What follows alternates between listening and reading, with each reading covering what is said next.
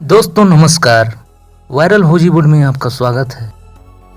दोस्तों इस वीडियो में हम भोजपुरी सिनेमा इंडस्ट्री के मशहूर स्टार दिनेश लाल यादव उर्फ निरहुआ के बारे में बात करने वाले हैं। जी हां दोस्तों, यूँ तो आज दिनेश लाल यादव बड़ी शख्सियत बन चुके हैं, लेकिन उनका बचपन काफ़ी गरीबी में गुजरा। निरहुआ का जन्म उत्तर प्रदेश के गाजीपुर के टेड़वा में हुआ था, लेकिन परिवार के हालात ऐसे थे कि कम उम्र में ही उनको पिता के साथ कलकत्ता का रुख करना पड़ा। दोस्तों इनके पिताजी की छोटी सी नौकरी थी और खाने वाले परिवार में 7 लोग थे, लिहाजा वह निरहुआ को लेकर कलकत्ता की एक झोपड़पट्टी में रहते थे। यहीं निरहुआ का बचपन बीता।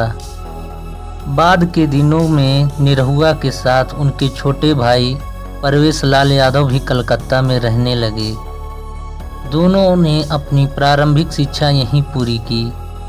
दोस्तों इसके बाद दिनेश लाल यादव जब कलकत्ता से गाजीपुर अपने गांव लौटे तो कुछ करने की चाह में बड़े भाई और बिरहा के लोकप्रिय गायक विजय लाल यादव के साथ कोरस करने लगे। लेकिन दोस्तों वह अपनी अलग ही पहचान बनाना चाहते थे।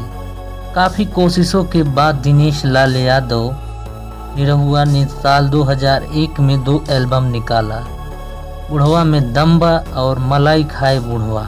गाने की कैसेट बाजार में आ गए, लेकिन ज़्यादा हिट नहीं हुए।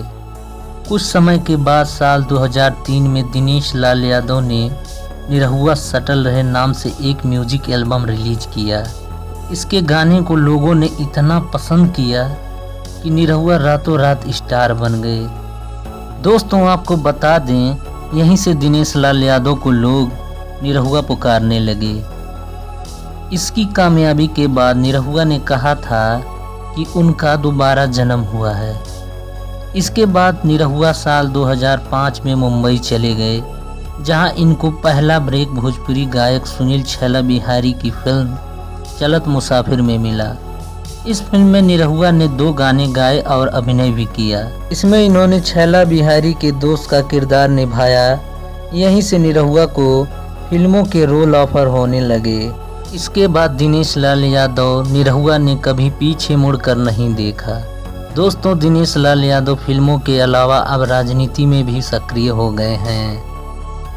दोस्तों अगर हमारा ये वीडियो आपको पसंद आया हो तो चैनल को सब्सक्राइब करें, बेल आइकन दबाएं और वीडियो को लाइक करें, कमेंट करें और शेयर करें। फिर मिलेंगे अगले वीडियो में, तब तक के लिए नमस्कार।